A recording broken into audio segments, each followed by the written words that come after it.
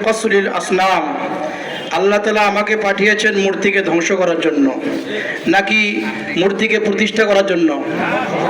নবীজির জীবনের, প্রত্যেকটা নবী রাসূলদের জীবনের পরিকল্পনা ছিল কিভাবে শিরিককে, কুফরিকে কবর দেওয়া যায়। এই পরিকল্পনা নিয়ে ওনারা চলেছেন। আজকে মুসলমানদের ভেতরে কিছু মুসলমানদেরকে দেখা যায় যে তাদের সাথে এমনভাবে উঠা বসা করে, এমনভাবে মেলামেশা করে, মহব্বতের সম্পর্ক গড়ে তোলে যে মনে হয় তারা অন্তর থেকে এই মূর্তিগুলোর অপসারণ তারা চায় না। কিন্তু মুসলমানদের লক্ষ্য রাখতে হবে, এটা খেয়াল রাখতে হবে যে নবীজিকে আল্লাহ তাআলা পৃথিবীতে পাঠিয়েছেন মূর্তিকে ধ্বংস করার জন্য, মূর্তি সংস্কৃতি প্রতিষ্ঠা করার জন্য নয়। আমরা যদি এখন থেকে আন্দোলন না গড়ে তুলি, আওয়াজ না তুলি, আমরা যদি এই মূর্তিগুলোর বিরুদ্ধে না বলি, যদি প্রতিবাদ না করি, এক সময় তারা এসে বলবে গাইবান্ধা বড় মসজিদের নিচে এখানে মূর্তি ছিল, এখানে আমাদের ইবাদতখানা ছিল, এই মসজিদকে ভেঙে ফেলুন। তখন কি করবো আমরা? কোনো উপায় আছে? এই জন্য শিরিককে কবর করতে হলে, কুফরিকে কবর দিতে হলে এখন থেকে আমাদেরকে সজাগ হতে হবে।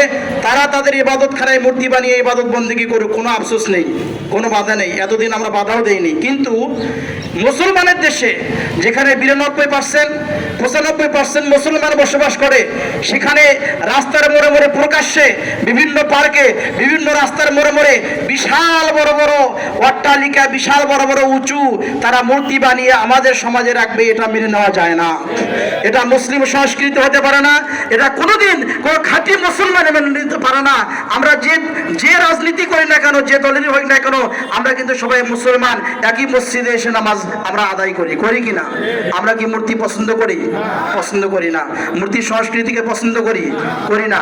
তাহলে আমরা কেন প্রতিবাদ করব না? আজকে বিশাল বড় একটা ঘটনা ঘটে গিয়েছে, এখনো কিন্তু বড় ধরনের কোনো আন্দোলন হয়নি, কেবলমাত্র শুরু হয়েছে।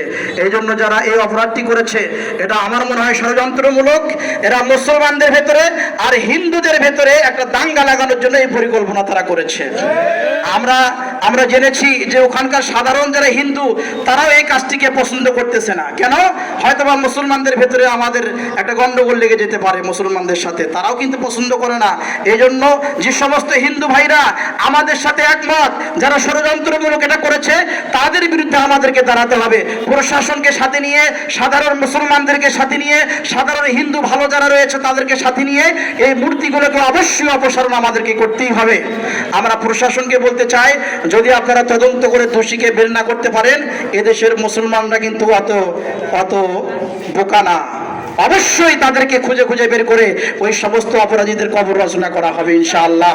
আল্লাহ তাআলা আমাদের সকলকে নবীজির যে পরিকল্পনা ছিল মূর্তিকে ধ্বংস করা, মূর্তি সংস্কৃতিকে কবর দেওয়া, সেই সংস্কৃতি, সেই পরিকল্পনা আমাদেরকে গ্রহণ করে আমাদের জীবনযাপন করার তৌফিক দান করেন। আমিন।